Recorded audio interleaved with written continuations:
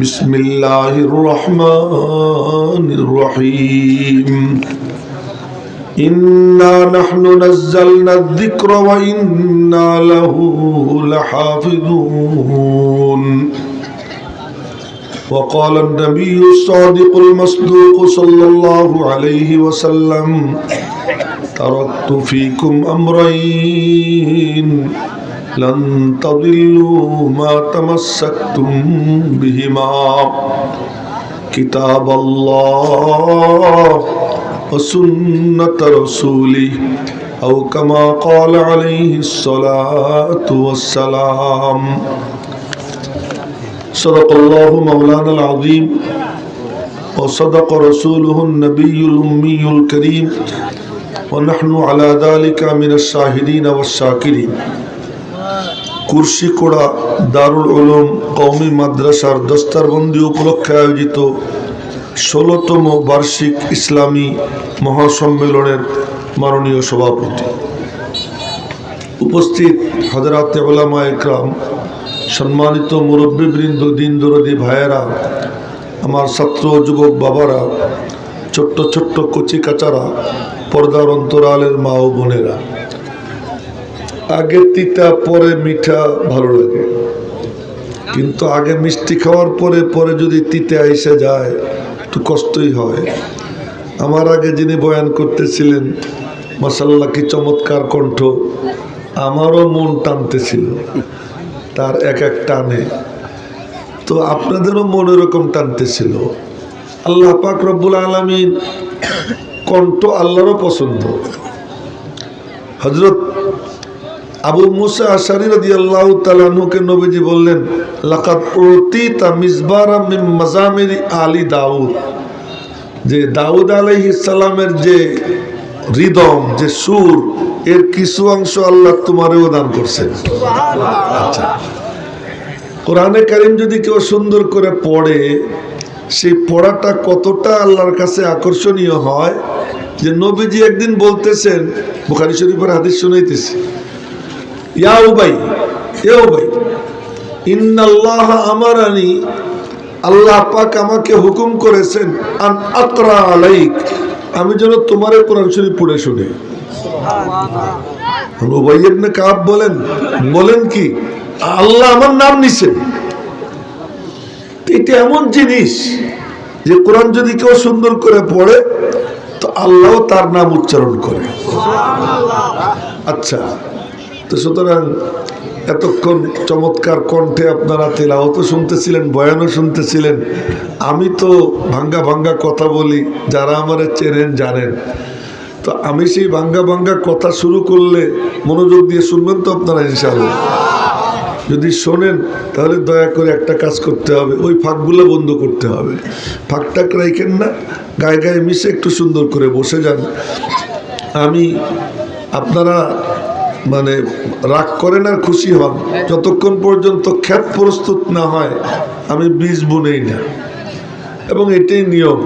যতক্ষণ আপনার হৃদয় তৈরি না হবে, আমি কোরআন শরীফ বলে কি লাভ, হাদিস বলে কি লাভ। যে নিতে চায় আল্লাহ তারে দেয়, আর নিতে চায় না আল্লাহ তারে দেয় না। 5 বছরের ছোট্ট বাচ্চা, শুনেন, 5 বছরের ছোট্ট বাচ্চা নবীজির দরবারে বসা, তো নবীজি বয়ান করেন, তো নবীজির অভ্যাস ছিল ডান দিকে তাকাইতেন, ডান দিক থেকে ধীরে ধীরে ধীরে ধীরে চোখ বাম দিকে নিতেন, আবার বাম দিক থেকে ধীরে ধীরে ডান দিকে আনতেন। এই যে দেখতেন, এর মধ্যে যে কয়জন মানুষ সামনে, সবার ছবি নবীজির মাথার মধ্যে এসে যেত। সুবহানাল্লাহ, একটু জোরেই কোন, কি সমস্যা? এবং তাদের কাউকে যদি পরবর্তী কোনো মজলিসে না দেখতেন তো বলতেন, অমুক রাজা দেখি না। এই যে আপনার আমার সামনে বসা কয়জন, আমার নবীজির সামনে তো কখনো 10,000ও থাকতো, 10,000ও থাকতো। ওই 10,000-এর মধ্যে প্রত্যেককে নবীজি চিনে ফেলতেন, পরে না দেখলে জিজ্ঞেস করতেন গেল কোথায়। আর এই স্মরণ শক্তির বরকতটা কি হয়েছে? বরকত হয়েছে এমন, কাউকে না দেখলেই বলি, আমি একটু কমাই দাও, কাউকে না দেখলেই বলতেন অমুক রেজে দেখি না। তো একদিন বললেন, একটা ছেলেরে দেখতাম এমন এমন, ওরে যে দেখি না, এটা বুখারী শরীফের হাদিস শুনাইতেছি, দেখি না। সাহাবীরা বললেন, ইয়া রাসূলুল্লাহ, ও তো ইহুদির ছেলে। আল্লাহর হাবিব বললেন, হোক না ইহুদির ছেলে, তবুও তো আমার মজলিসে আসে, তবুও তো আমার কথা শোনে। ছেলেটার খবর নেও তো। খবর নিয়ে জানা গেল তার জ্বর। নবীজির কাছে খবর আসলো জ্বর। এবার দেখেন আমার নবী কেমন, বললেন চলো আবু বকর ওরে দেখে আসি। তো নবীজি রওনা দিলে আবু বকর ওমর দুইজন সঙ্গে যাইতেন, আরো সাহাবীরা যাইতেন। দেখতে গেছে, দেখতে গিয়ে দেখেন ছেলেটা শোয়া। চেহারার দিকে তাকাইয়া দেখলেন অবস্থা ভালো না। কপালে হাত দিয়ে আদর করলেন, দেখলেন প্রচন্ড জ্বর। চেহারার দিকে তাকাই বুঝলেন বাঁচবে না। তো নবীজি বললেন, বাবু তুই কলেমা পড়ে ফেলা। সুবহানাল্লাহ কই তো এত গবেষণা করা লাগে, তো সবাই মিলে জোরে বলেন সুবহানাল্লাহ। তুই কলেমা পড়ে ফেলা। তোর ইহুদি বাপ পাশে দাঁড়ানো, বাপ কাকে বলে দেখেন, ইহুদি বাপ পাশে দাঁড়ানো। ও বাপের দিকে তাকাইছে, তাকাইয়া চোখ দিয়ে জিজ্ঞেস করে, কি আব্বা কলেমা পড়বো নি? ইহুদি বাপে বলে কি, আতি আবুল কাসেম, তুই আমার কথা শুনিস না, তুই আবুল কাসেমের কথা শোন, তুই কালেমা পড়ে ফেলা। হায় হায়, এরে বলে না কিতাবু সে নওয়াজু সে নজর সে পয়দা, न किताबू से नवाजू से नजर से पैदा, लेकिन दीन होता है बुजुर्गों की नजरों से पैदा। ওই যে নবীজির চোখ পড়ে গেছে, এই চোখ পড়ার বরকতটা কি হয়?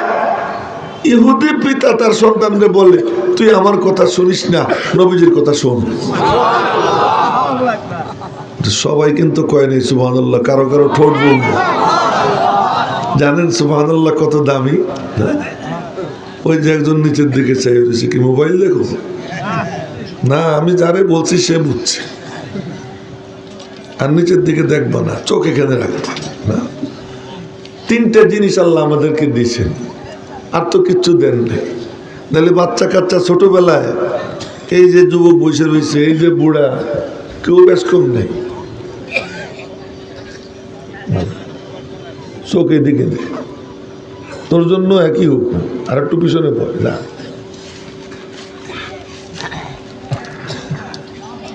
তো ছোট্টবেলায় এই বুড়াও আমিও ওই যে ওই যুবকের দিকে চোখ পড়ছে, বললাম ও, এমনকি মুসা আলাইহিস সালাম সবাই বুঝতোই না কোনটা ভালো কোনটা মন্দ, নিজের পায়খানা নিজে ডলতো। আগুন হাতে নিয়ে মুখে দিছে, আমি ঠিক করতে কইছি, আমি তো জানি ঠিক ঠিক। আচ্ছা, আগুন হাতে নিয়ে মুখে দিয়েছেন, জিব্বে পুড়ে গেছে। মুসা আলাইহিস সালাম নবী, কিন্তু বাচ্চা। আল্লাহ পাক বলেন, এলেম আমি দেই নেই, কিন্তু কোন মুরগি ডিম থেকে ফুটে বের হয়েছে আজ পর্যন্ত কোন মুরগি গরম পানিতে ঠোঁট দিছে আর পুড়ে গেছে, হয়েছে নি ঘটনা? আগুনের চুলায় ঠ্যাং দিছে আর পুড়ে গেছে, এমন ঘটনা ঘটছে? হেরিকেন দেখেই মুরগি লাফ দিয়ে হেরিকেনের উপরে পড়ছে, দেখছেন? কিন্তু এই মানুষের বাচ্চা ছোটবেলায় হেরিকেন পাইলে হেরিকেন জড়াই ধরত। কতজন বুক টুক পুড়াইয়া তারপরে হাসপাতালে গিয়ে ভর্তি হইতে হয়। এখন আশপাশে এই আওয়াজ টাওয়াজ বন্ধ করতে হবে, বন্ধ করতে হবে, ছাত্র হোক আর যাই হোক বন্ধ করতে হবে। লক্ষ্য করেন, আমি তো ওয়াজ করি না, আমি হলাম শিক্ষক, মাদ্রাসায় পড়াই। ওই পড়ানোর মতো করে কিছু কথা আপনাদেরকে বলবো, একটু মনোযোগ দিয়ে শোনার চেষ্টা করবেন। বেশি সময় দেওয়ারও সামর্থ্য নেই, শরীরও ভালো না। তো বলতেছিলাম যে কি করতেছিলাম, মুরগি। তো বাচ্চা সে কি করে, নিজের পায়খানা নিজে ধরে, এমনকি জুতা চাটায়। জুতা চাটে। মুরগি এমন কাম করে না। ছাগল সে কি খাবে? আপনাদেরকে মজার কথা শুনে দিয়ে মনে হয় কোনোদিন শোনেন নাই। সাপের বাচ্চা জন্ম নিয়ে সাথে সাথে দৌড় দেয়, যদি কেউ পারেন গিয়ে দেখেন, সাথে সাথে দৌড় দিবে। ও জানে আর একটু দেরি করলে আমার মা আমারে খেয়ে ফেলবে। কেন? বলে তোর এই বুদ্ধি দিল কে? রব্বি আল্লাযী খালাকানি ফাহাদানি, আমার রব আমাকে বানাইয়া আমার নিজের বাঁচার জন্য যতটুকু এলেম দরকার অতটুকু এলেম আমার আল্লাহ আমাকে এখনই দান করে দিছে। জোরে কন্যা সুবহানাল্লাহ। কিন্তু মানুষের বাচ্চা টেরি পায় না। শেখ সাদিরে তার মা দিছে স্বর্ণের আংটি। শেখ সাদি ছোট্টবেলা, তার জন্য তো কোনো মাসলা নাই, স্বর্ণের আংটি। তো স্বর্ণের আংটি তার হাতে, এক ঠক বলে কি এইটা একটু ঘিরান নিত, ঘিরান দিছে। চাটা দিত, চাটা দিছে। কেমন? না কোনো স্বাদ না। গুড় দিছে, গুড়, মিঠাই। এখানে তো মিঠা মহিন আছে না, মিঠা মহিন, মিঠাই, গুড়কে কিন্তু মিঠাইও বলে। মিঠাই দিছে, এইটা একটু চাটে দেখ, এটা খুব মজা। তো বলে কি, তো তুই এটা নে, আমার এটা দে। এই শেখ সাদির কাছ থেকে এই গুড়ের টুকরা দিয়া স্বর্ণের আংটি নিয়ে দিছে। বাড়ি গেছে, মা কয় আংটি কোথায়? কয় যে মজাদার গুড় পাইছি, আংটি দিয়ে দিছি। এই হলো মানুষের বাচ্চার বুদ্ধি। জন্মগত ভাবে মানুষকে আল্লাহ তাআলা কোনো এলেম দেন নাই, কিন্তু আল্লাহ মানুষকে তিনটা জিনিস দিছেন। কি দিছেন? ওয়াজআলা লাকুমুস সামআ ওয়াল আবসারা ওয়াল আফইদা। আমি তোমাদেরকে কান দিছি, চোখ দিছি, কলব দিছি। কলব, চোখ, কান, এই তিন জিনিস যে কামে লাগাবে আমি আল্লাহ তার সিনা এলেমের নূর দিয়ে ভরে দিব। জন্য আল্লাহ কোরআন শরীফে বহু জায়গায় বলছেন আলাম তারা, দেখিস না? আলাম তারাও, তোমরা দেখো না? এক দুই আয়াত না, বহু আয়াত।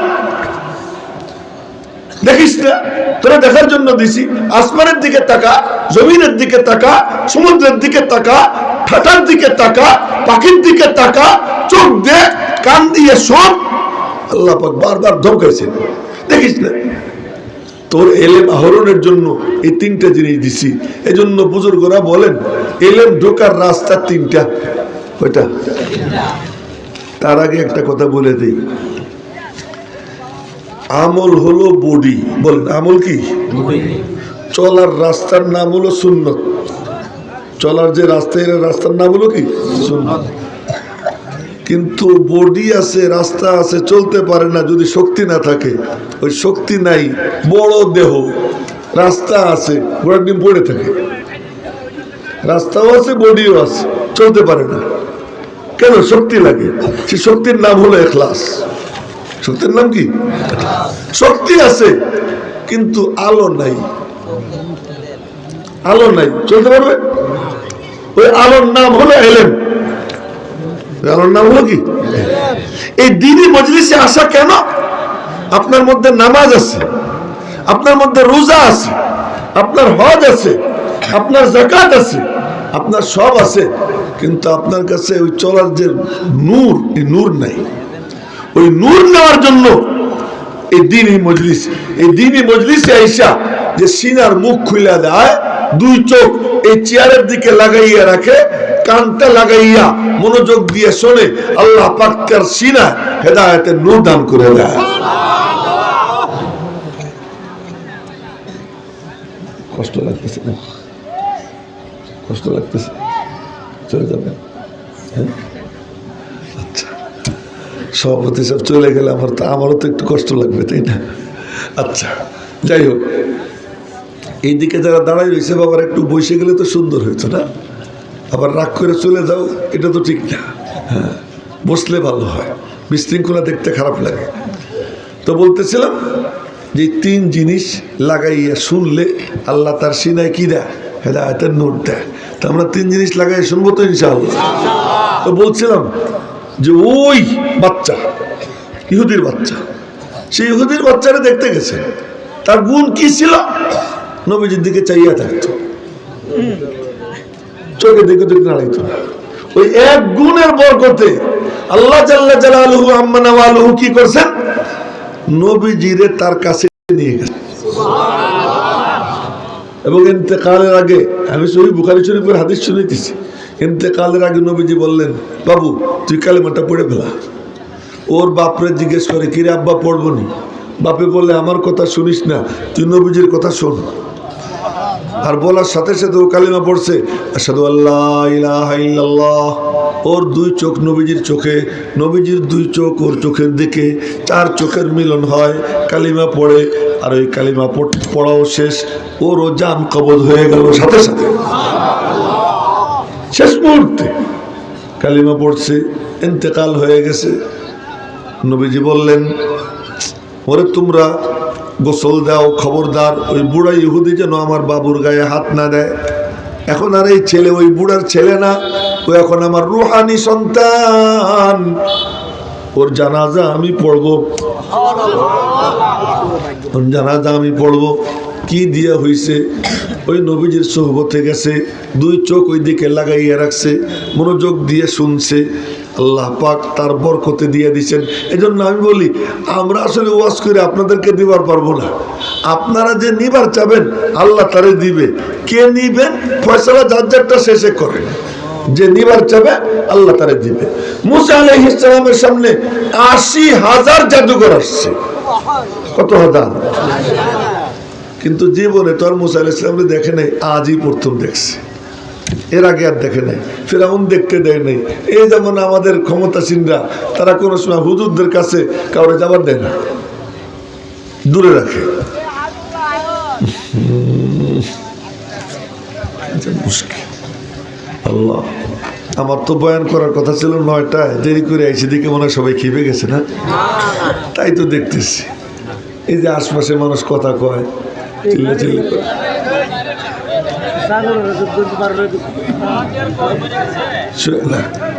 শোনেন শোনেন, নজর দেন এদিকে। জি, আপনারা সব এদিকে তাওয়াজ্জু দেন। বলতেছিলাম ৮০,০০০ জাদুঘর, বাসা বাসা, এবং ওই যুগের জাদুঘরদের সম্রাট তারা। তাদের মোকাবেলায় মুসা আলাইহিস সালাম একা। তো ওর ওই ৮০,০০০ এক পাশে, মুসা আলাইহিস সালাম এক পাশে। ওরা মুসা আলাইহিস সালামের দিকে তাকাইছে, তাকাই এই আরে এমন নুরানি চেহারা তো আর দেখিনি।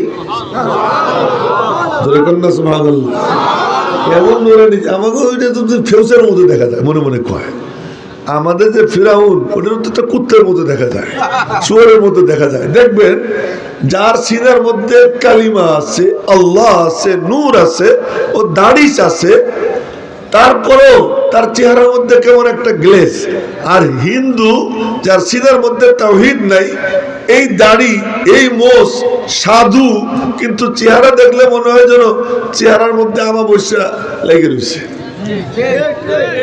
ফেউসের মতো, শগুনের মতো দেখা যায় চেহারা। এটা কিসের বরকতে? আল্লাহ পাকের নাম যার সিনায় থাকে, ওই নাম ভিতরে থাকে না, আল্লাহ ওর তাজাল্লি, ওর নূর বাইরে বের করে দেয়। তো মুসা আলাইহিস ইসলামের মধ্যে নবুয়তের নূর, রিসালাতের নূর, ওই নূর চেহারায় ভাসতেছে। তো ওই জাদুঘরে দেখে কয়েকজন একজনে কয়, এই দেখ দেখ কেমন দেখা যায়। আর আমাকে কুত্তেটারে দেখ কেমন দেখা যায়।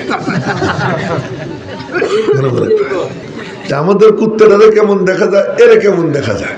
এই যে মাদ্রাসা না, এই যে বর্ষিকুড়া দারুল উলুম কওমি মাদ্রাসা, এই মাদ্রাসার যে মা দারুল উলুম দেওবন্দ, ওই দারুল উলুম দেওবন্দের প্রথম ছাত্র শাইখুল হিন্দ মাহমুদ হাসান দেওবন্দি। মনে রাখবেন নাম আপনারা, শাইখুল হিন্দ মাহমুদ হাসান দেওবন্দি।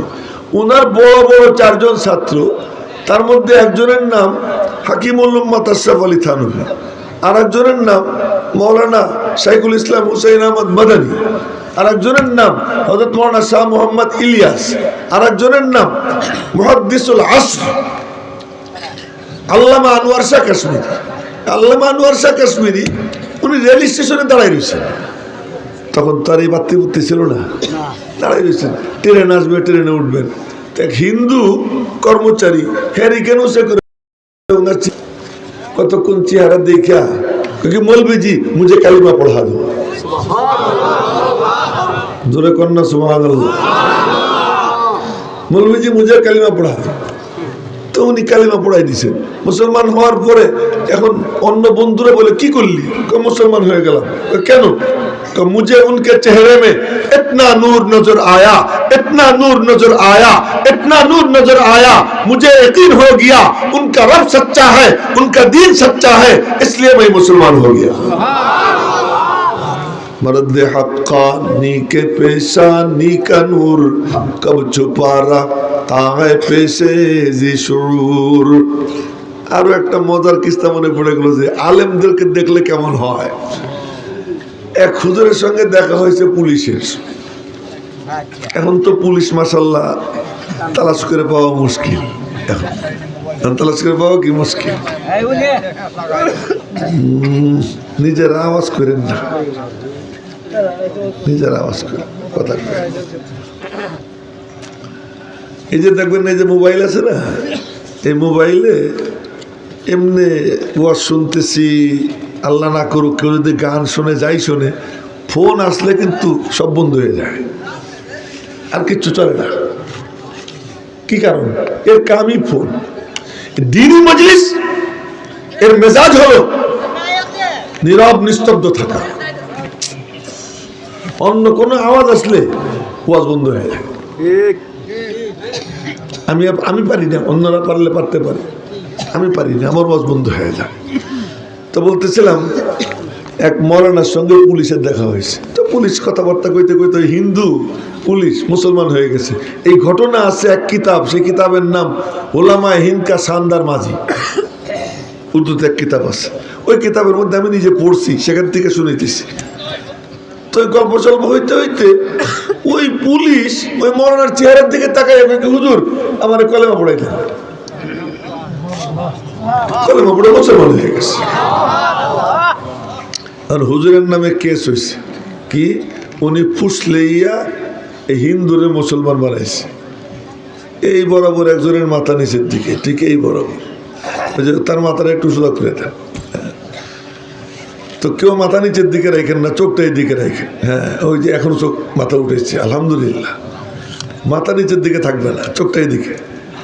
এখন কেস হয়েছে, উনি আদালতে গেছেন। হুজুররা আবার ব্যাককল তো, বুদ্ধি শুদ্ধি কম, মনে করে হুজুর গো যা খুশি তাই করা যায়। তো এক হুজুর গেছেন আদালতে গেছেন, কয়ে হুজুর আপনার উকিল কই? আমার উকিল নাই, আমার হুজুরের জন্য আমি উকিল। ওনার হুজুররা ধরে নিয়ে গেছে, আমি উকিল। তা অন্য উকিল বলে কি না, উকালতি সার্টিফিকেট লাগবে। সার্টিফিকেটের কি দরকার, আমার ওই টাকা পয়সা নাই উকিল ধরার, আমি উকিল। তো কলে তাহলে এক কথায় জবাব দিতে হবে। হুজুরে আমি একটা প্রশ্ন করব।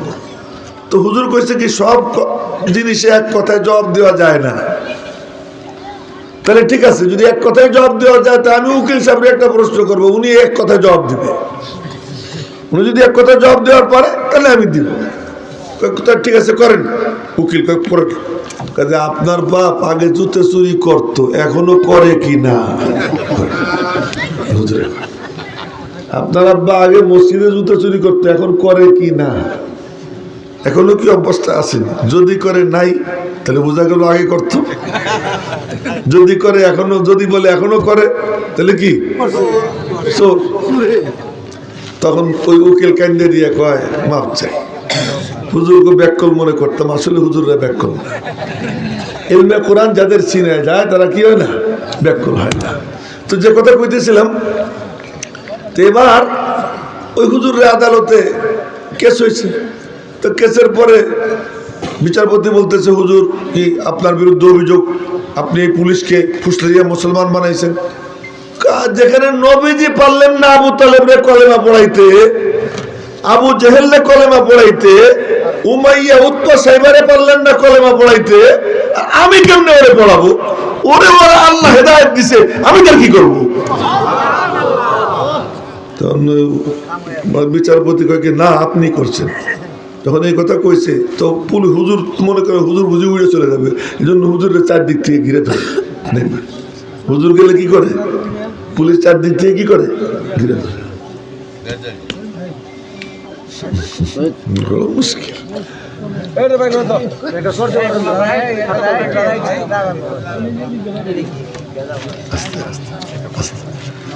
চারদিক থেকে ঘিরে ধরে হুজুরে মনে করে হুজুর হুজুর উড়ে চলে যাবে।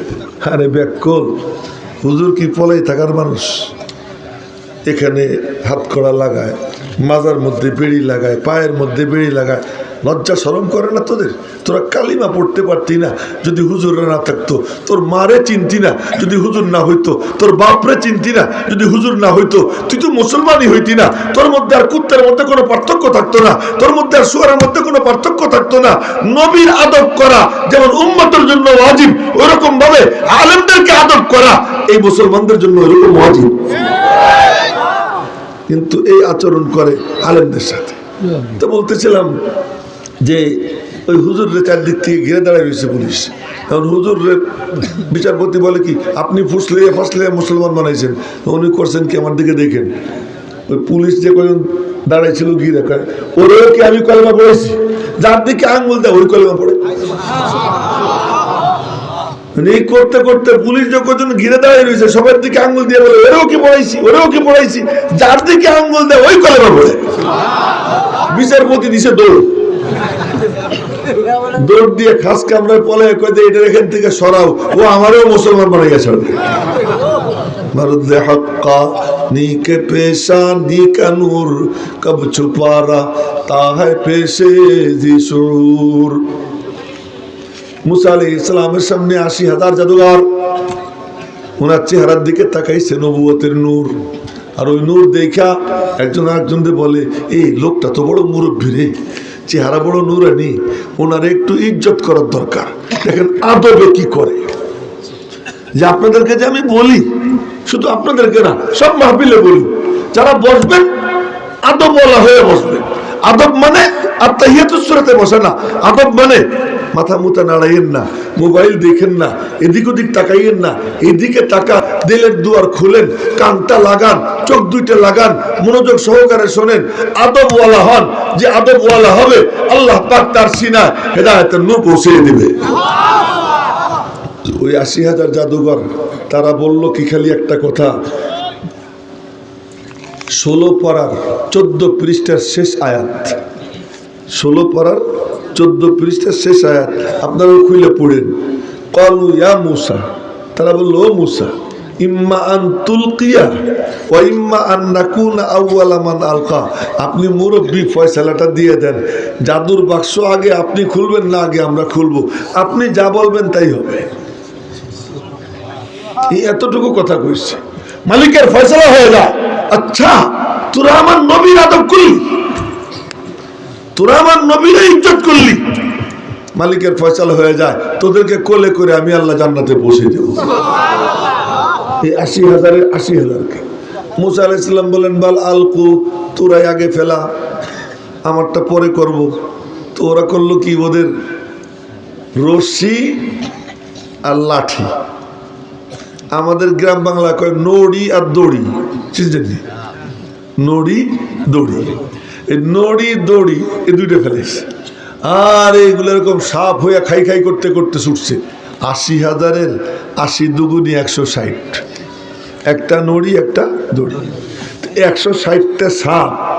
এই যদি এরকম খাই খাই করতে করতে একজনের দিকে যায়, তার অবস্থা কি হয়? মুসা আলাইহিস সালামের মতো মানুষ, ওয়াল্লাহ মুদবিরা, মুসা আলাইহিস সালাম দিছে দৌড়, পিঠ পিছনের দিকে দিয়ে দিছে দৌড়। আল্লাহ ওয়ালাম ইউআকিব, একটু ফিরেও দেখে না, আল্লাহ মুদবিরা ওয়ালাম ইউআকিব।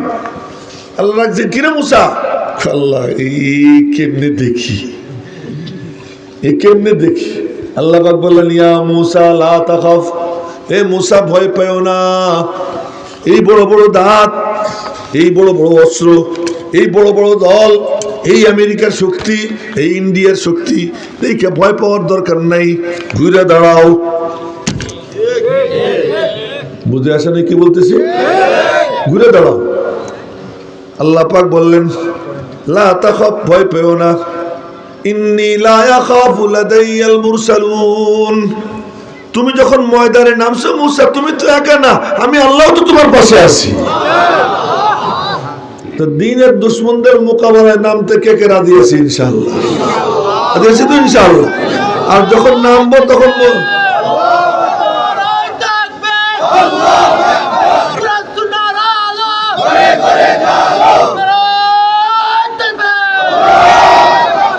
আর যে নামবে সে একা থাকবে না, সঙ্গে কে থাকবে? এবং এইটা নবীজি বলে গেছেন, বুখারী শরীফের হাদিস বলতেছেন, দাজ্জাল যদি আসে আমি জিন্দা থাকতে, মনোযোগ দিয়ে শুনেন, আমি গল্প চলে বলতেছি, কোনো ইরান তোরানের কাহিনী বলতেছি না, হয় কোরআন নয় হাদিস, এটাই আসবে, একটু মনোযোগ দিয়ে শুনেন। যে নবীজি বলতেছেন, আমি থাকতে যদি দাজ্জাল আসে তো তোরা কোনো টেনশন করবি না, দাজ্জালের মোকাবেলা আমি একা করব, আমি একা করবো, উম্মতের কোনো টেনশন করতে হবে না।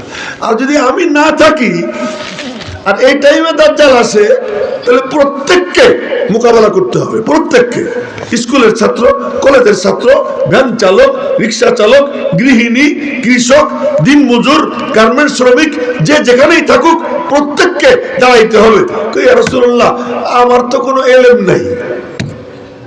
স্কুলের ছাত্র বলবে, আমার তো কোনো এলেম নেই। গৃহবধূ বলবে, আমার তো কোনো এলেম নেই, আমি কেমনে মোকাবেলা করব? নবীজি বলেন, তোর এলেম থাকার কথা আমি কইছিনি, তোরে দাঁড়াইতে কইছি, তোরে দাঁড়াইতে কইছি। মালিকের সঙ্গে আমার চুক্তি হয়ে গেছে, যে দাঁড়াবে আল্লাহ তার পাশে এসে দাঁড়ায় যাবে। সহিহ বুখারী শরীফের হাদিস, আল্লাহু খলিফাতি আলা কুল্লি মুসলিম।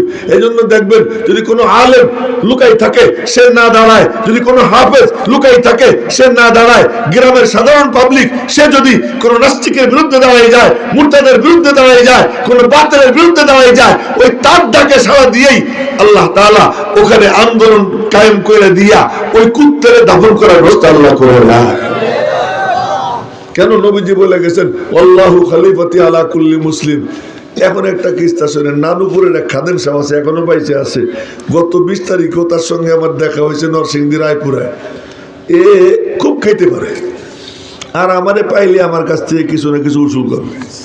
হজে দেখা হয়েছে, ওখানেও 10 রিয়াল উসুল করছে, কোনো টাকা ছাড়ে না। সেদিন দেখা হয়েছে, সেদিনও বুঝি কত টাকা দিতে হলো, 200 টাকা না কত টাকা দিলাম, সে নিবেই।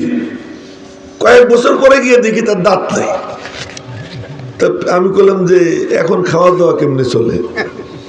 দাঁত নাই তো, এখন খাওয়া দাওয়া কেমনে চলে? পিসাব করে আমি জিজ্ঞেস করছিলাম, কিরে তুই এখন কেমনে খাইস? তো পিসাব করে আমি জিজ্ঞেস করার পরে কে হুজুর, আগে খাইতে সময় লাগতো, এখন আর সময় লাগে না। আগে তো চাবান লাগতো, আর এখন মুখে দিয়ে আর কি লাগবে, চাবানো লাগে না। নবীজি যখন ছিলেন উম্মতের দাঁত ছিল, নবীজি যখন নাই এখন উম্মতের দাঁত নাই, এখন আর কোনো টেনশন নেই। কেন? বলে এখন ধর্ম আর গিলবা। তার কারণ নবীজি বলেন, আল্লাহু খলিফাতি আলা কুল্লি মুসলিম, আমার আল্লাহ আমার পক্ষ থেকে সমস্ত মুসলমানের পাশে এসে হাজির হয়ে যাবে। তো কে কে দাঁড়াইতে রাজি আছে ইনশাআল্লাহ? কোন বাতিলকে পরোয়া করব না তো ইনশাআল্লাহ। আল্লাহ তৌফিক দান করুন। আমি যে কথা কইতেছিলাম ওই কথাটা শুনেই নেই। তো মুসা আলাইহিস সালাম কি দিয়েছেন? দৌড় দিয়েছেন। তো নবীও দৌড় দেয়, তাহলে ভয় পাওয়া মুসা আলাইহিস সালামের সুন্নত। এখন যদি ইয়াহিয়া মাহমুদ ভয় পায়, আপনারা বলবেন এই হুজুর হয়ে আপনি ভয় পাইলেন। এই মৌলানা যদি ভয় পায় তো বলবেন হুজুর হয়ে ভয় পাইলেন। মুসা আলাইহিস সালাম ভয় পাইছেন, আমি কেন ভয় পাবো না? হ্যাঁ, ভয় পাওয়ার পরে মালিক বলতেছেন ভয় পাইস না, আমি আছি পাশে। ওই চিন্তা করে ঘুরে দাঁড়াইতে হবে, যে ঘুরে দাঁড়াবে আল্লাহ তার জন্য রাস্তা ক্লিয়ার করে দেবে। তো মুসা আলাইহিস সালাম ঘুরে দাঁড়াইছেন, ঘুরে আল্লাহ এই যে একসাথে কতগুলো আইতেছে, কি করি? রব্বুল আলামিন বলেন, তোর হাতে কি ওইটা? দেখ, তোমার হাতে ওইটা কি? কল্লা লাঠি। লাঠিটা একটু সাইডে দাও। আচ্ছা, বাড়ি দিলেন একটা কথা, ওই যে সামনে বুঝে ঘুমাইতেছে, এই যে মুরব্বী, ঘুমাইন না। ওই যে আর একজনও ঘুমায়, ঘুমাই আবার মাথা ঝুঁকে কথা, ঠিক আছে, আজীব ব্যাপার, ঘুমাইয়া কোনো ঠিক থাকে। তো এখন মানে লাঠি দিয়ে যদি বাড়ি মারে তাও একটা কাম হয়, খুশা দিলেও একটা কাম হয়। আল্লাহকে কি আলকি আসর, লাঠিটা সাইডে দাও, এটা কোনো কাম বলেন আপনারা? আমি যদি ছাড়লাম, এটা কোনো কাম হইল? হাতে ছিল বুঝা, দিলাম সাইডে। আল্লাহ কয় মুসা তবুও তো তোর একটু হরকত হইল, তবুও তোর একটু কি হলো? হরকত হইল। হরকত তোর, বরকত আমার। তুই হরকত কর। মুসা আলাইহিস সালাম লাঠি ছাড়ছেন, লাঠি ছাড়ার পরে এই যে সাপ হয়েছে, নিজের সাপ দেখে আবার দৌড়। ওদের সাপ দেখেও দৌড় দিছে, নিজের সাপ দেখেও কিছু দৌড় দিছে। এই সাপ হইয়া উঁচু হইয়া হা করে টান মারছে, এক টান, এক টানে ওই ৮০,০০০ জাদুঘরের সব জাদু এক টানে গিলে খেয়ে ফেলেছে। তাহলে বোঝা গেল তোমাদের ইউরোপ, আমেরিকা, ইসরায়েল আর ভারত টারত যত কুত্তে কবিনে আছে সব যদি একসাথে হয়, উলামা একরাম যদি আল্লাহর উপরে ভরসা করে দাঁড়াইয়া যায়, আল্লাহ তাআলা এমন কোন কুদরত তাদের সঙ্গী করে দিবেন। তবে শর্ত হলো রুহবানুল লাইল ফুরসানুন নাহার, রাতের বেলায় মালিকের দরবারে দাঁড়াইয়া গিড়গিড়াইয়া কাঁদতে হবে, তার কদমে পড়িয়া গিড়গিড়াইয়া কাঁদতে হবে। দিনের বেলায় মানুষকে বুঝাইতে হবে, দাঁড়ে দাঁড়ে বারে বারে গিয়া গিয়া মানুষকে এইদিকে দিনের পথে ডাকতে হবে, রাতের বেলায় কাঁদতে হবে। এই শক্তি নিয়ে কেউ যদি ময়দানে নাইমে যায়, ঠিক ওখানে যে পরিণতি হয়েছে আজও আল্লাহ তাআলা ওই পরিণতি দেখিয়ে দেবে। নবীজি যুদ্ধ করছিলেন কি অস্ত্র দিয়া? দেখেন আপনাদেরকে জিজ্ঞেস করি, বদর যুদ্ধে মাত্র ৮ খান তরবারি। কয়খান তরবারি? 2টা ঘোড়া, 70টা উট, পরনে কাপড় কি জানেন? এই কোন রকম গামছা গুমছা, গায়ে এই কোন রকম ছিঁড়াতে নামে না, গায়ে পেছান, পেটে খিদা, ভাঙ্গা চূড়া, প্রশিক্ষণ প্রাপ্ত এরকম যোদ্ধারা এমনি গেছিলেন বাইরে। কিন্তু আল্লাহ কয় দোস্ত ওরা তো আইসে গেছে ১,০০০, এখন কি করবো ওদেরকে জিজ্ঞেস করো। এই ৩০৫ জন, ৩১৩ জন না, আসলে ছিল ময়দানে ৩০৫ জন, পরে কোনো একদিন ভাঙ্গে বলবো। ৮ জন অন্য অন্য কামে ছিল, ময়দানে ছিলেন মাত্র নবীজি সহ ৩০৫ জন। নবীজি বললেন কি মিয়ারা কি পরামর্শ দাও? আবু বকর সিদ্দিক কয় বের হয়েছি আল্লাহর নামে, চলেন যাই। নবীজি বললেন পরামর্শ দাও। ওমর বললেন বড় ভাই তো বললই, আর কি দরকার? নবীজি বললেন পরামর্শ দাও। মিকদাদ ইবনে আসওয়াদ কিন্দি বলে আপনি কি আমাদেরকে মুসার উম্মতের মতো ভাবছেন? যে মুসার উম্মত যেমন মুসা আলাইহিস সালামকে বলছিল ইযহাব আনতা ওয়া রাব্বুক, যাও তুমি আর তোমার রব, ফাকাতিলা, তোমরা দুইজন যুদ্ধ করো, ইন্না হাউনা কাঈদুন, আমরা এখানে খুঁটে গেলে বসে রইলাম, আমরা লড়বো না। আমরা কি তারা? আমাদেরকে চেনেন আমরা কারা? কারা? ওয়ালাকিন্না নুকাতিলু আন ইয়ামিনিকা ওয়া আন শিমালিকা ওয়া আন আমামিকা ওয়া আন খালফিকা ওয়ালাউ আমারতানা আন নারকাবা ইলা বারকিল গামাদ লারকিবনা ইলাইহা ওয়ালাউ আমারতানা আন নাখুদাল বাহর লাহুলনাহা। আপনি কি মনে করছেন আমরা আপনার ডাইনে থাইকা, বায়ে থাইকা, সামনে থাইকা, পিছনে থাইকা, সব দিক থাইকা আমরা আমাদের জীবন বাজি রাখবো? আপনার গায়ে সামান্যতম আঁচ আসতে দিব না। যদি হুকুম করেন পার্কে গামাদে যাইতে, ওখানেও যাব। সমুদ্রে ঝাঁপ দিতে হইলে ঝাঁপ দিব, অগ্নিকুণ্ডে ঝাঁপ দিতে হইলে ঝাঁপ দিব। মিকদাদ ভাষণ দিচ্ছেন, খুশিতে নবীজির প্রতি লংকুপের গোড়া দিয়া আনন্দ ঠিকরে বের হইতেছিল। নবীজি বললেন পরামর্শ দাও। এবারে হযরত সাদ ইবনে মুআয দাঁড়ায় বলেন বুঝছি 3 জনই মুহাজির, আনসাররা কেউ কথা কয় নাই, তাই আপনি আমাদের পরামর্শ চাইতেছেন। কি পরামর্শের কি দরকার? আমরা মনে করছি মুহাজির ভাইরা মুরব্বী, তারা বললে হবে। আচ্ছা ঠিক আছে, আমাদের কথাই যদি শুনতে চান আমরা তো আপনার হাতে হাত রাখছি, চলেন। এই নবীজি গেছেন, যুদ্ধের প্রস্তুতি নিতেছেন, অস্ত্র জোগাড় করতেছেন। কি রাতের বেলায় বললেন আমার একটা ঝুপড়ি বানাই দাও। ঝুপড়ি বানাই দিছে। ওখানে একটা মসজিদ আছে, মসজিদে আরিশ। ওই মসজিদে আল্লাহ পাক আমারে যাওয়ার তৌফিক দিছে, ওখানে 2 রাকাত নামাজও পড়ছি। সেই মসজিদের নাম মসজিদে আরিশ। ওখানে একটা ঝুপড়ি বানাইছে। ওই বদরে একটা পাহাড় আছে, ওই পাহাড়ের ওখানে গিয়া, ওই পাহাড়ের ওখানে গিয়া এক বুজুর্গ, তার নাম মাওলানা মুসা, ও গিয়ে ডাক দিছে, ও বদর, তোর কোন জায়গায় নবীজির কদম পড়ছিল? আমার একটু বল না, বল না। নবীজি কোথায় বসছিলেন আমার একটু বল না, বল না। এই বলার পরে হঠাৎ করে চতুর্দিক থেকে ডাক, এদিক থেকে এক পাথরে ডাক দেয়, মুসা তাআল তাআল, মুসা এদিকে আয়, আমার উপরে নবীজির কদম পড়ছিল। ওখান থেকে ডাক আসে, মুসা তাআল তাআল, এ মুসা এদিকে আয়, এদিকে আয়, আমার উপরে নবীজির কদম পড়তেছিল। চতুর্দিক থেকে ডাক আসা শুরু হয়ে গেছে, পাথরে জোর হয়ে গেছে। ওই বদরে ওই মসজিদে আরিশে ঝুপড়ির মধ্যে গিয়ে নবীজি আল্লাহর সাথে ঝগড়া করতেছেন। আল্লাহ, তুমি কি মনে করছো এই যে 305 জন যাদেরকে নিয়ে মাঠে আইছি আর একজন যে এদিক ওদিক ছড়াই রয়েছে, এইগুলো যদি মরে যায় না, তোমারে কেউ সিজদা দিবে না? কারে কইতেছে? আল্লাহ কি পারে না নতুন মখলুক বানাইতে? কিন্তু ছোট্ট বাচ্চা, আদরের বাচ্চা, মারে একটা থাপ্পড় দিলে মা না মাইরা উল্টা কি করে? এমন করে। ওই মা বাচ্চারে যতটা আদর করে আল্লাহর কাছে তার নবী তার থেকে বেশি আদরের। উনি যখন এই কথা বলা শুরু করছেন, রব্বুল আলামিন বলতেছেন, দোস্ত কি করতে হবে বলো, কি করতে হবে, তোমার কি সাহায্য দরকার? এইগুলা কি মারবানি তুমি? এইগুলো যেগুলো নিয়ে আইছি ভালো করে মনে রেখো, ইনতাহালিক হাদিহিল ইসাবা লাম তুবাদ, এরা যদি মরে তাহলে কিন্তু তোমারে কেউ সিজদা দিবে না।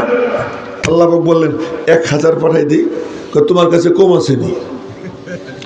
দেখেন তামাশা, তোমার কাছে কম আসেনি।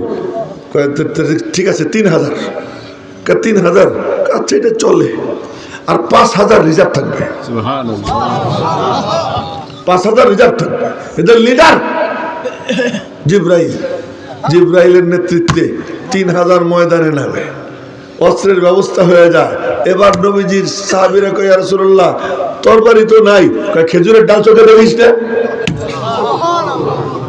কি নিতে পারে? খেজুরের ডাল ভাঙ্গে একজন হাতে নিয়ে গেছে। সাহাবীরা বলেন খেজুরের ডাল নিয়ে গেছি ময়দানে মারি, কিন্তু গলার কাছে যাওয়ার আগেই দেখি কল্লা জমিনে গোড়াগুড়ি খায়। সুবহানাল্লাহ কয় না ভালো করে? গলার কাছে যাওয়ার আগে কল্লা জমিনে গোড়াগুড়ি খায়। বলে কেমনে? নবীজি বললেন ওই যে জিব্রাইল দেখা যায়। নবীজি দেখতেছেন জিব্রাইল বলতেছে আকদিম হাইজুম, আল্লাহ পাক হুকুম করতেছেন ফাদরিবু ফাওকাল আনাক ওয়াদরিবুহুম কুল্লা বানান। কি যেন আয়াতটা? ফাদরিবু ফাওকাল আনাক ওয়াদরিবু মিনহুম কুল্লা বানান। এজন্য ফেরেশতাদের মারের সিস্টেম ছিল, গর্দানের উপরে মারতেছিল, আর এই আঙ্গুলের জোড়ায় জোড়ায় মারতেছিল, এখান থেকে কাইটা কাইটা পড়তেছিল। মেরে মোহতারাম ভাইও, বলার মাকসাদ, কেউ যখন মালিকের সাথে সম্পর্ক কায়েম করে ফেলায়, আল্লাহ পাক নিজে তার পাশে এসে হাজির হয়ে যায়। শত্রুর মোকাবেলা করতে হলে মুসলমানের প্রধান হাতিয়ার হলো মালিকের সাথে তাআল্লুক। এখন আমাদের তাআল্লুক হলো কার সাথে? লেজুর বৃত্তি করি, কখনো এই দলের কখনো ওই দলের। এই দল ক্ষমতায় আছে, হুজুর তখন কালার জুলায়, ওই দল ক্ষমতার থেকে নেমে গেছে, হুজুর পলাইয়া যায়। আরে দলের উপরে কেন তোমার ভরসা? মালিকের সাথে সম্পর্ক কায়েম করো। কোন দল তোমার বন্ধু না, সব ইহুদি খ্রিস্টানের দালাল, ওদের এজেন্ট। যত দল আছে সব দল কে কত পারে আমেরিকারে খুশি করবে এই প্রতিযোগিতায় লেগে আছে। কে কত পারে ভারতকে খুশি করবে এই প্রতিযোগিতায় লেগে আছে। কে কত বেশি সুদকে প্রাধান্য দিবার পারে এই প্রতিযোগিতায় লেগে আছে। তোমরা কেন খামাখা ওদের দিকে তাকাও, ওদের থেকে চোখ সরাইয়া? আলেমরা তোমরা একখানে বসো, নিজেরা পরস্পরে এক হও, মালিকের কদমে সিজদা দাও।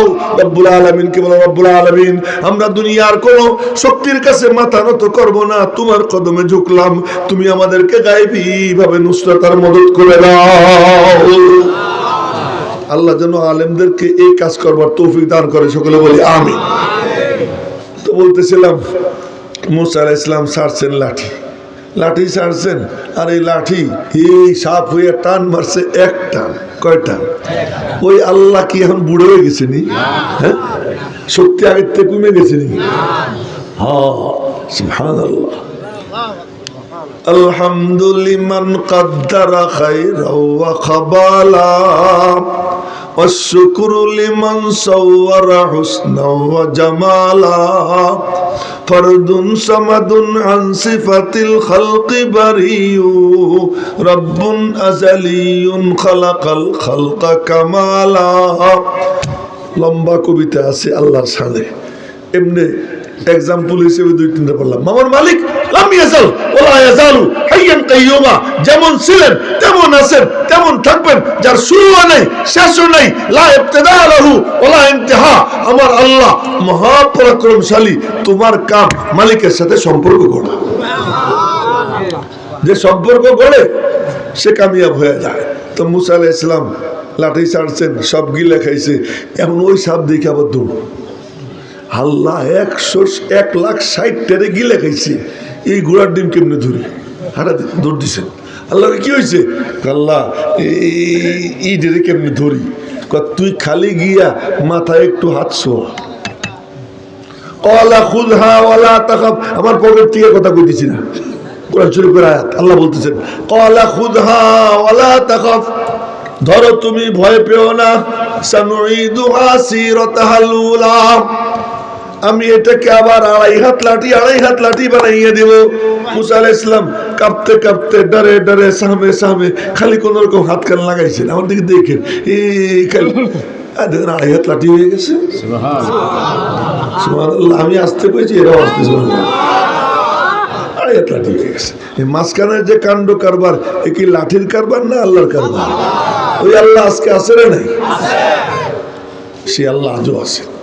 তো এরপরে কি হয়? এরা কয় যে আয় আল্লাহ, এ তো দেখি আমাদের ক্ষুধা ফটোস্টেট, মুসার ক্ষুধাই আসল ক্ষুধা। আমাদের রব এটা কি ফটোস্টেট? ফটোস্টেট বুঝছেন? এটা কি ফটোকপি, নকল কপি। আসল খোদাকে মুসা। তাহলে আমাদের সারা জীবনের জাদু এক লাঠিতে কি লেখাইলো? সাথে সাথে কয় কি আমান্না বিরব্বিল আলামিন, রব্বুল আলামিনের উপর ঈমান আনলাম। ওই গাদাটা ওখানে বসে মোসে তা দিয়ে মনে মনে কবে যে আমারে বুঝি কইতেছে। তো জাদুকররা কয় কি, এ কুত্তা তোরে না, কারে? রব্বি মুসা ওয়া হারুন। হারুন আর মুসার রব আল্লাহর উপরে ঈমান নিয়ে আসলাম। ফেরাউন কয় কি, কাইটা টুকরা টুকরা করবো, শুলে চড়াবো। যা পারিস কর, যা পারিস কর, তোর শক্তি সামর্থ্য এই পর্যন্ত, তোমরা যা পারো করো। মাটির উপরে যতদূর পারবা করবা, কিন্তু মাটির নিচে গিয়া খরমের বাড়ি খাইতে হবে, এটা কিন্তু আগের থেকে জেনে রেখো ভালো করে, ওখানে গিয়ে খেতে হবে। তো যা পারো করো। এরপরে বলে এরপরেরটা পরে দেখা যাবে। তো ফিরআউন মারছে, হাত কাটছে, পা কাটছে, শুলে চড়াইছে, এরপরে সবগুলো ফেলাই দিছে, কিন্তু সব কি হাসতে হাসতে জান্নাতে চলে গেছে। আমার বলার মাকসাদ, এই হেদায়েত পাইছে কি দিয়া? আদব দিয়া। আজ আমাদেরও ওইরকম আদব বলা হইতে হবে উলামা ইকরামের সামনে। রাজি আছি ইনশাআল্লাহ? যারা আদব বলা হবে, আল্লাহ তাদেরকে হেদায়েতের নূর দান করে দেবে। ভাইও, এখন শেষ কথা বলতেছি আপনাদের সামনে। কোরআনে কারীমের ছোট্ট একটা আয়াত পড়ছি, হাদিসে মুবারকা থেকে ছোট্ট একটা হাদিস পড়ছি। আল্লাহ পাক বলেন, কোরআন নাজিল করছিও আমি, এর হাফেজও আমি। এখন 10 জনের মাথায় পাগড়ি দিলাম, ওদের নামও হাফেজ। ওদের নামও কি? আল্লাহ কাউকে ইজ্জত যখন দেন, তখন নিজের নামের অংশ দিয়ে তার নাম বানাই দেন, নিজের সিফাতি নাম তার নাম বানাই দেন। আল্লাহ আলেম, কোরআনে কারীমের ব্যাখ্যা বিশ্লেষণ যার সিনায় যায় তার নামও আলেম। আল্লাহ হাফেজ, কোরআন যার সিনায় জমা হয়ে যায়, আল্লাহ পাক নিজে তার সিফাতি নাম তার নাম বানিয়ে দেবে। এবং আল্লাহ পাক কোরআন শরীফ এরকম ধরে রেখে হিফাজত করবেন তা না। রব্বুল আলামিন বলেন, কোরআন নাজিল করছি আমি, হিফাজতের জিম্মাদার আমি কেমনে? বিআউলিয়াই, আমার ওলিদের মাধ্যমে। যাদের সিরায় কোরআন যায় তারা আল্লাহর ওলি হয়ে যায়। এই মাদ্রাসা আপনাদেরকে আজকে 10 জন আল্লাহর ওলি উপহার দিল। খুশি হয়েছেন না বেজার হয়েছে? ইনশাআল্লাহ এই মাদ্রাসার হেফাজতের জন্য যার যা করণীয় কর্তব্য, যার যেমন সামর্থ্য আছে, সহযোগিতা করতে রাজি আছে তো ইনশাআল্লাহ? আল্লাহ পাক সকলকে তৌফিক দান করেন। এবং এই মাদ্রাসা বর্তমান জামানার মানুষের জন্য নূহ আলাইহিস সালামের কিস্তির মতো যারা মাদ্রাসায় চড়বে, আল্লাহ তাদেরকে নাজাত দিবে, মাদ্রাসার থেকে সম্পর্ক ছিন্ন করবে। দেখবেন গুমরাহির পতাকা বরদার হবে। মৌলানা সাদ সাহেব এত বড় বুজুর্গ আলেম হওয়ার পরেও মাদ্রাসার থেকে সম্পর্ক ছিন্ন হয়েছে। আজকে তার পরিণতি কি তাই দেখেন। তাই বলছি, যদি হেদায়েতের পথে কেউ থাকতে চান, শহীদিনের পথে থাকতে চান, মাদ্রাসার সাথে মাদ্রাসার সাথে সম্পর্ক রাখবেন। আল্লাহ পাক আমাদের সকলকে মাদ্রাসার খাদেম হবার তৌফিক দান করেন। এলোমেলো বিক্ষিপ্ত অগোছালো কিছু কথা বললাম, ফাইন আসবতু ফামিন আল্লাহ, ওয়াইন আখতাতু ফামিন্নি ওয়া মিনাশ শাইতান, ওয়া মা আলাইনা ইল্লাল বালাগ। আসসালামু আলাইকুম ওয়া রাহমাতুল্লাহ।